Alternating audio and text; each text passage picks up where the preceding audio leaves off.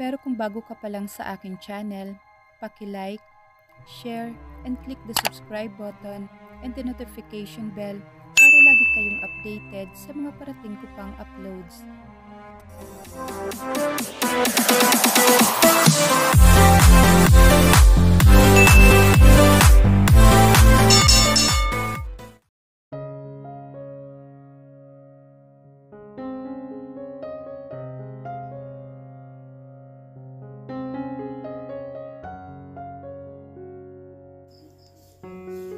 Anthony, hindi ko na kailangan bumili pa ng bagong damit. Pwede na ako magtayo ng shop sa sobrang dami ng damit ko sa bahay. And it's your fault.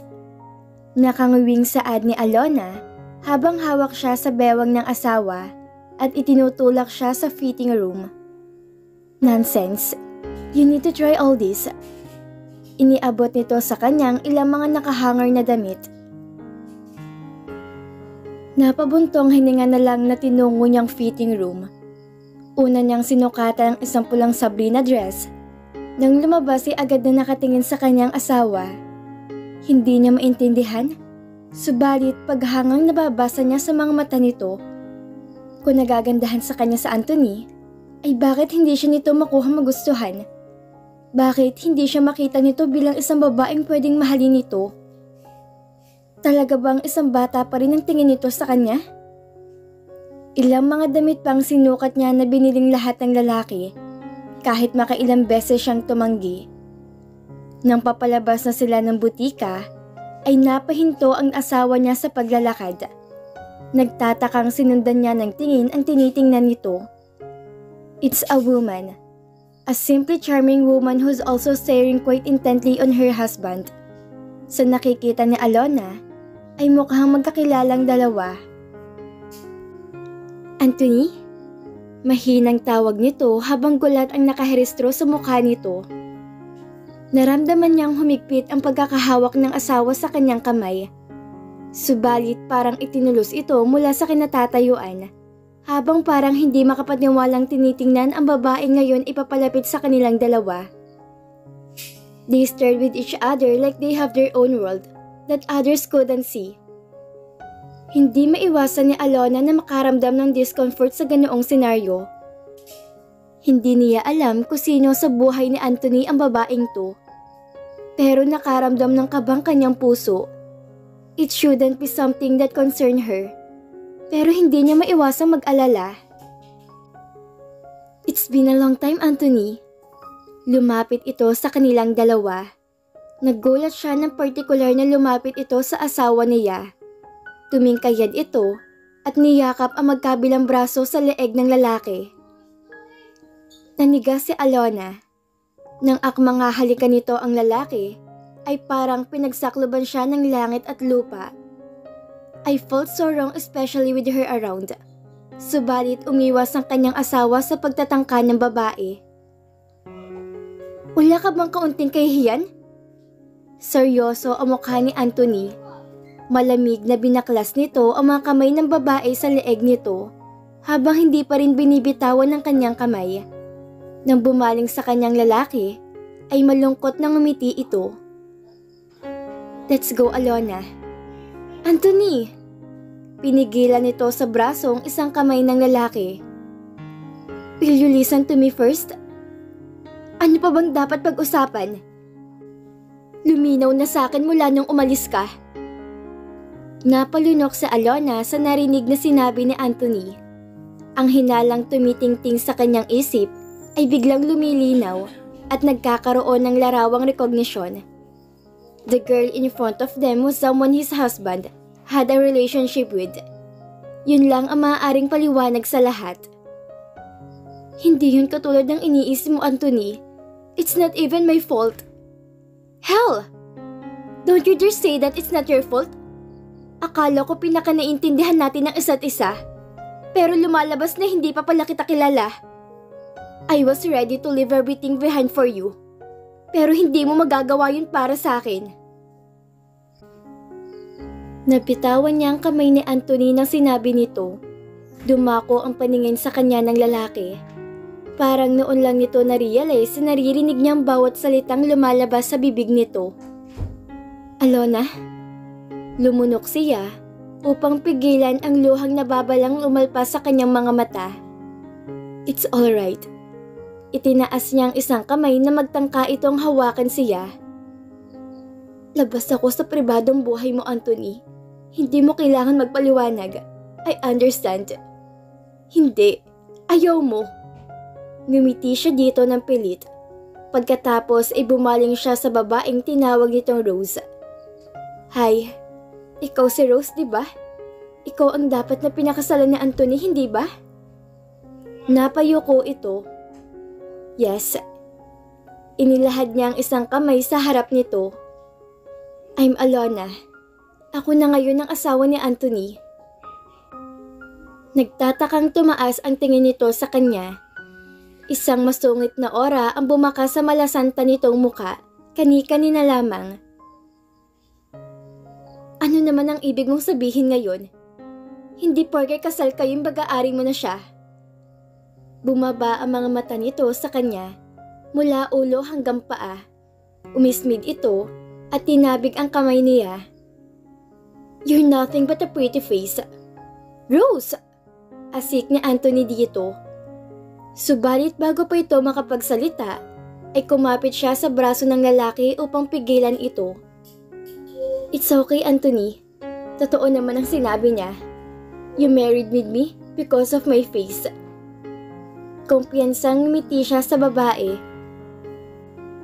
Pero nakakapagtakang nagustuhan mong isang babaeng tulad niya na hindi kagandahan. Hindi na ako nagugulat kung bakit ayaw sa kanya ng parents mo, Anthony. Hindi lang siya ordinaryo. Wala rin siyang breeding. Maamo ang ngiti, ngunit malupit na saad niya. Natigagal ang babae. Rumihistro sa mukha nitong gulat at galit. Tumaas ang kamay nito at lumagapak yon sa pisngi niya. Mang-aagaw! Marahas na inalayo ni Anthony sa kanya ang babae na magtangka pa tong hilahin ng buhok niya. Don't you dare hurt her. You're so unfair, Anthony. Hysterical na umiiyak ito at pinagbabayo ang dibdib ng kanyang asawa. Bakit? Bakit kailangan mong pakasalan ng ibang babae nang hindi man lang inaalam ko ano nangyari sa akin ng araw na yon? Bakit kailangan mo magalit sa akin ng ganito? Kayong ang parents mo may kagagawa ng lahat ng nangyari. Napadda si Anthony, gayon din sa Alona sa sinabi ng babae. Anong ibig mong sabihin? Kunot noong tanong ng kanyang asawa. Hindi mo ba ako narinig? It was your parents' fault. Sa kagustuhan nilang huwag tayo magpakasal. Ipinakidnap ako ng papa mo. Napailing si Anthony. You're lying. Alam na alam mo kung gaano ko inaayawan ni Don Rafael. Sa tingin mo ba, hindi niya magagawang bagay na yun? He even treated me to stay away from you. Yumakap ito sa natigilang lalaki. Sobra ako natakot ng mga panahong yun, Anthony. 2 lalaki tumangay sa akin mula sa hotel. Ikinulong nila ako sa isang bodega. I was really worried dahil alam kong kahinatnan ng mga nangyayari. You'll hate me for sure for believing that I'm abandoned you. Pero kailanman, hindi ko binalak na makipaghiwalay sa'yo. Hindi ko alam. Maniwala ka sa akin. Sinapon nito ang mukha ni Anthony. I love you, Anthony. Pinigilan ko sarili kong makipagkita sa'yo na mabalitaan kung ikinasal ka na sa iba. But now, tadhana nang nakaalam para magkita tayong dalawa. I just couldn't live it like this. Hindi ako matatahimik. Kasabay ng pagtulo ng mga luha nito ay ang mahigpit na paghihakap nito sa lalaki. Rose.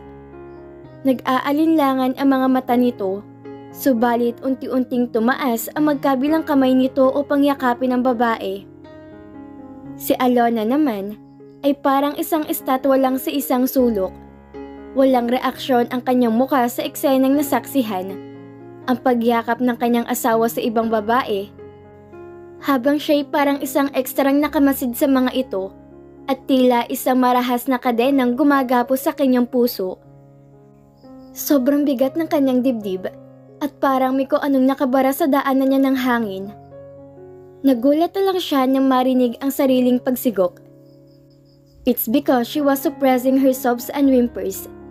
Hindi siya pansin ng dalawa, subalit ang buong atensyon niya ay nasa mga ito habang namamasang kanyang mga mata. Wala namang mali sa nangyayari. They are the original lovers after all. Tama lang na magkaayos ang mga ito, dulot ng hindi pagkakaunawaan dahil sa mga taong nakapaligid sa mga ito. Isa lang siyang sabit sa eksena. She was supposed to accept that fact, but her heart couldn't understand that logic. Unti-unting hinihiwa noon ang kanyang natitirang pag-asa at ang pangarap na mahalin siya ng asawa. And she wanted to throw away all these negative feelings she felt right now. Mabibigat ang mga paang nilisan niyang mag-isang lugar na yon. Hindi na sa kanya nakatingin si Anthony, but maybe his husband didn't see her at all. Ang mga mata nito'y lumalagpas mula sa kanyang balikat na nakatuon sa kawalan. At ang kawalang yon ay mapupunan lamang ng babae ngayon ay kayakap nito. It was raining at nakatingala sa Alona sa pumapatak na ulan mula sa madilim na kalangitan. Nakasilong siya sa isang shed. She was a bit soaked dahil sa pagsusugod niya ng marahang ambon na hindi niya sukat akalaing lalakas sa mga patak.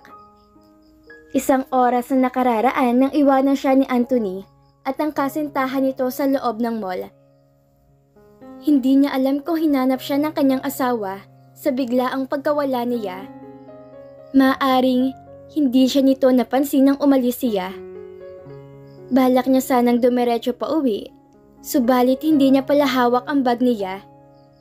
She had no money to take a cab. Wala rin sa kanya ang cellphone niya. Hindi niya matatawagan ng driver nila para magpasundo. Ayaw naman niyang muling bumalik sa loob ng mall. Hindi niya gustong makita si Anthony sa mga oras na yon. Ayaw niya magmukhang kawawa o kontrabida sa pagitan ng dalawa. Sasarilinin na lamang niyang nararamdaman. Wala siyang balak na hadlangan ang kaligayahan ng lalaki. Mahal nito ang nobya at sa tingin naman niya ay nagsasabi dito ng totoo ang babae. It was like they were shooting a movie, isang untitled movie na may mga unknown characters. Akala niya'y Princess Ari ang magiging drama nila kung saan siyang lumalabas na bida. Hindi pala. Romeo and Juliet palang totoong pelikula kung saan isa lamang siyang naligaw na karakter. Isang ekstrang pumasok sa buhay ni Anthony at Rose na nagpapagulo lamang sa daloy ng istorya. Natawa siya ng pagaksa ng isip. She felt so insignificant. Ilang beses siyang napalunok habang parang baliw na nakangiti. She was convincing herself that it's okay while restraining her tears. Itinaas niya ang mga braso upang sanggahin ng ambon mula sa malakas na tiktik ng ulan sa buong waiting shed. Subalit napahinto siya. Ibinaba niya rin ang mga kamay na maisip na maaaring nakikisama lang sa kanyang panahon. Hinayaan niyang sariling mabasa ng ulan. Dumaloy ang tubig mula sa kanyang pisngi, kasabay ng pagpapakawala niya ng emosyon. She cried without sounds. Dahil sa patak ng tubig, pwede siyang magpanggap na hindi mga luhang umaagos sa kanyang mga mata. Mula lamang yun sa malakas na ulan. Hindi siya nasasaktan. Hindi siya nagseselos. Ang puso niya'y sa kanya lamang. Walang pwedeng magdikta sa kanya kahit pang tadhana. It's alright. Magiging maayos rin ang lahat. Ilang minuto niyang pinalayang sarili sa nararamdaman. Nang mahimasmasan siya, ay mahina niyang tinapik ang mga kamay na magkabilang pisngi. Nang makapa niya mula sa bulsang ilang barya, ay nagpasya siyang tawarin ang di kalayo ang phone booth. Ngunit natigilan siya na mamataan niya na may tao mula sa loob. Napasukan niya doon ng isang babaeng nakasuot ng isang makulay na tapis na hanggang sakong ang haba. Ang pang-itaas ay isang puting kamison na yari sa hinabing pinya. Sa leeg ay may nakasabit na detalyadong ukit ng mga hayop na gawa sa abaka. Wala tong pansapin sa paa. At ang mukha nito ay natatakpan ng makinis na pulang tela na may himulmol na tali sa bawat sulok. She looked like a member of an ethnic group. Ano? Hindi niya malaman kung anong sasabihin sa babaeng tumayo na mula sa pagkakaupo. Kung gagamitin mong kamanghamanghang aparatong to, maaari mo na tong gamitin. Ipagpaumanhin mong nakasilong ako sa maliit na bahay na ito. Lumingon ito sa paligid. Mawalang galang na magandang binibini. Maaari ko bang malaman kung ako'y nasa kapatagan pa rin tinatawag nilang lungsod ng Maynila? Tiningnan niya ang babae na waring galing sa makalumang panahon. Yes, oo, nasa Maynila ka pa rin. Kung ganun, ay maaari mo ba akong tulungang makarating sa tahanan ng aking pinanggalingan? Nagalit kasi sa akin ng aking tanggapangalaga. Subalit wala akong intensyong umalis mula sa kanyang puder. Ninais ko lamang na makalayo ng kaunti, ngunit namalayan ko na lamang na ako'y naliligaw na pala. Manghang-mangha sa Alona sa old fashion, ngunit eleganteng pagsasalita ang dalagang ayaw magpakita ng mukha. Alam mo ba kung anong address ng iyong bahay? Ikiniling nito ang muka na parang hindi naintindihan ng tinatanong niya. Ang ibig kong sabihin, paano ba to? Napakamot siya sa ulo. Ano nga bang Tagalog sa home address? Alam ko ang numero sa aparatong lagi niyang dala. Ha? Itinuro nito ang telepono mula sa phone booth. Katulad nito. Napatango siya nang malinawan ko anong ibig nitong sabihin. Ano bang pangalan ng guardian mo? Ng tagapangalaga mo? Randall Valiente. Sige, halika. Tawagan na lang natin siya para sunduin ka niya dito. Iniangat niya ang telepono, habang ito naman ang pumindot sa numero na tila nakatatak na sa isipan nito. Isang nag-aalalang tinig ng binata ang sumagot mula sa kabilang linya.